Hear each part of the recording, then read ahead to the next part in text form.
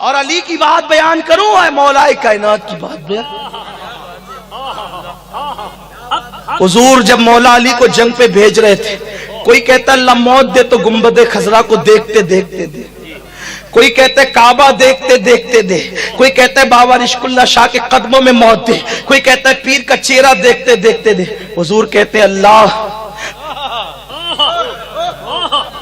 وہ رسول جو خدا کو دیکھتا ہے بے حجاب، وہ سو جائے تو معراج منامی، وہ جاگے تو خدا سے ہم کلامی. اللہ اکبر. ثم دنا فتدلى فكان قاب قوسين او ادنى، جس کے لیے قرآن میں آیا جو خدا کا وجہ کریم بے حجاب دیکھے، وہ نبی علی کو دیکھ کر دعا کرتے اللہ علی کو جنگ پہ بھیج رہا ہوں، جب تک اس کا چہرہ نہ دیکھ لوں مجھے موت نہ آئے. علی، حضور علی کا چہرہ ہم کسی غیر نبی کو نبی سے افضل ماننا تو دور کی بات ہے، برابر نہیں مانتے. ایک صدی سے دوسروں سے جھگڑا اسی بات پہ ہو رہا ہے کہ انہوں نے نبی کو بھائی کہہ دیا. ہم نے کہا کہ بھائی کہنے والا بے ایمان ہو سکتا ہے. ارے جس کو نبی نے بھائی کہا، انت اخی فی الدنیا والآخرہ، تو میرا بھائی ہے. ساری زندگی انہوں نے بھائی نہ کہا اور بتا دیا کہ علی یوں احترام مصطفیٰ کرتا ہے، لیکن نبی نے کہا جب تک علی کا چہرہ نہ دیکھوں مجھے موت نہ آئے. نبی نے بتا دیا کہ میرے دل میں محبت علی کی کتنی ہے. حضور کہتے ہیں کوئی اس پہ نہیں سمجھے آپ، یہ اہل عرفان کی محفل میں بیان کرنے والی بات ہے کہ نبی نے علی کا چہرہ دیکھ کر موت مانگی ہے. اس کی اہمیت آپ نہیں سمجھے، اس کی اہمیت آپ نہیں سمجھے. لیکن میں آپ کے لیے نہیں، میں ان لوگوں کے لیے بیان کرنے لگا ہوں، اس لیے کہ یہ بات عرفان کی یہاں بیان کر کے ان سے قبولیت کی سند لینا چاہتا ہوں. کیوں؟ اس لیے کہ بیٹا باپ کی تعریف زیادہ پسند کرتا. یہ سب بیٹے ہی تو، سوئے بھی بیٹے ہیں، اکثر بیٹھے بھی بیٹے، لیٹنے والے بھی اکثر بیٹے ہیں، بیٹھنے والے بھی اکثر بیٹے ہیں.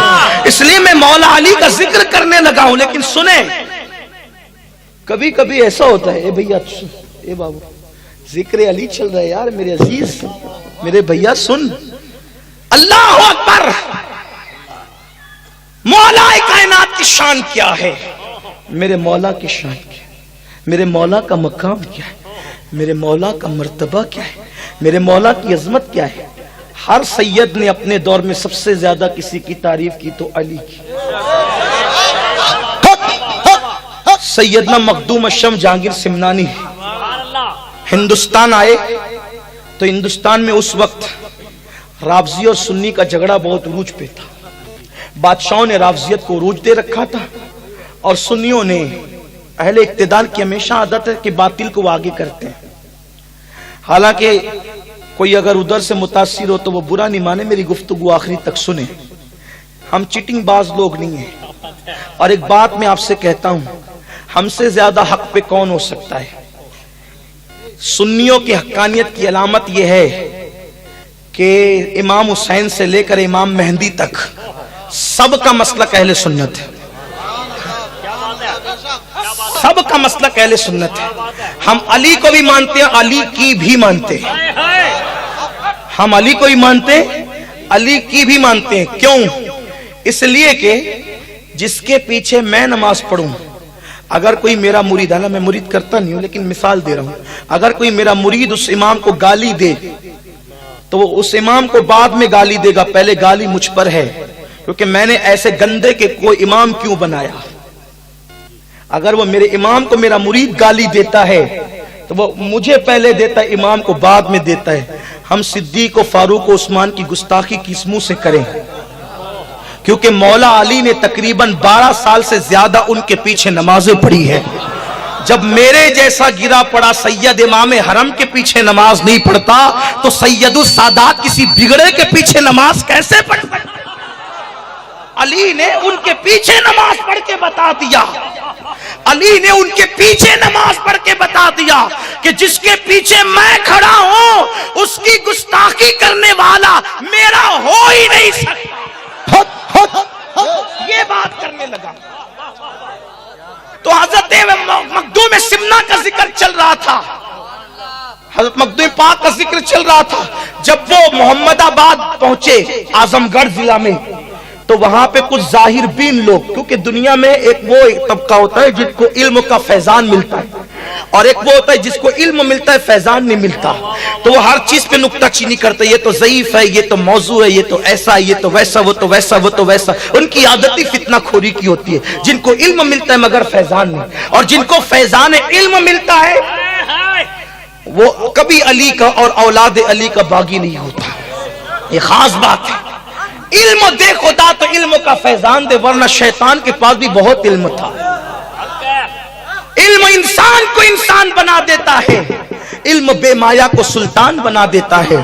علم اللہ جسے دے اسے ایمان بھی دے، ورنہ یہ وہ ہے جو شیطان بنا دیتا ہے۔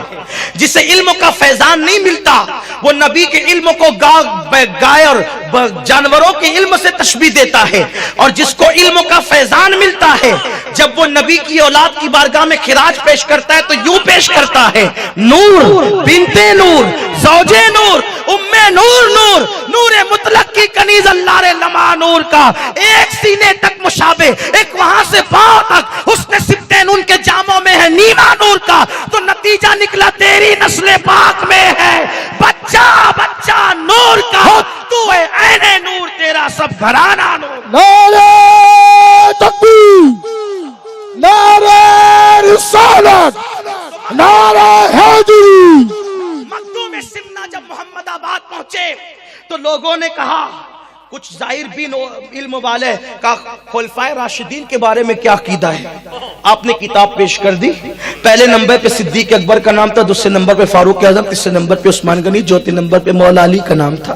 صدیق اکبر کی فضیلت چند اوراق پر تھی، فاروق اعظم کی فضیلت چند اوراق پر تھی، عثمان غنی کی فضیلت چند اوراق پر تھی، اور علی کی فضیلت درجنوں اوراق پر تھی۔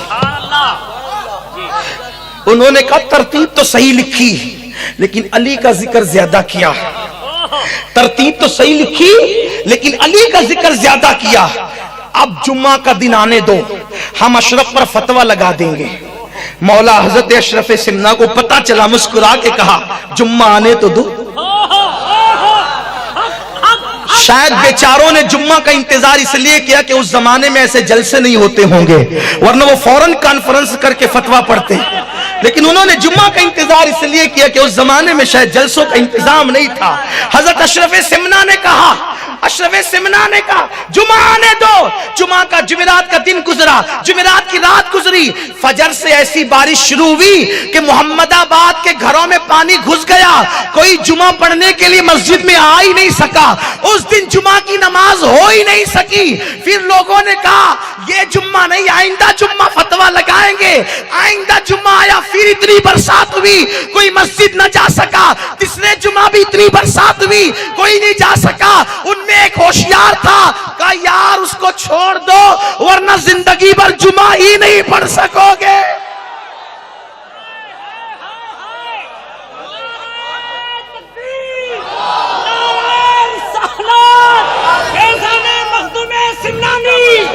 اس کو چھوڑ دو، اور اگر فتویٰ ہی لگانا ہے تو پہلے جا کے پوچھو تو اس نے ایسا کیا کیوں؟ اس لیے کہ اہل انصاف کا طریقہ ہے فتویٰ لگانے سے پہلے پوچھتے ہیں ایسا کیا کیوں، اس سے جا کے پوچھو تو صحیح کیوں ایسا کیا۔ جب آ کر کے پوچھا اشرف سمنا یہ بتاؤ اتنے صاحب کرامت ہو علی کا ذکر اتنا زیادہ کیوں کیا؟ تو مولا کائنات کہتے ہیں ہر بندہ اپنے باپ کا ذکر زیادہ کرتا ہے، ہم سید علی کے بیٹے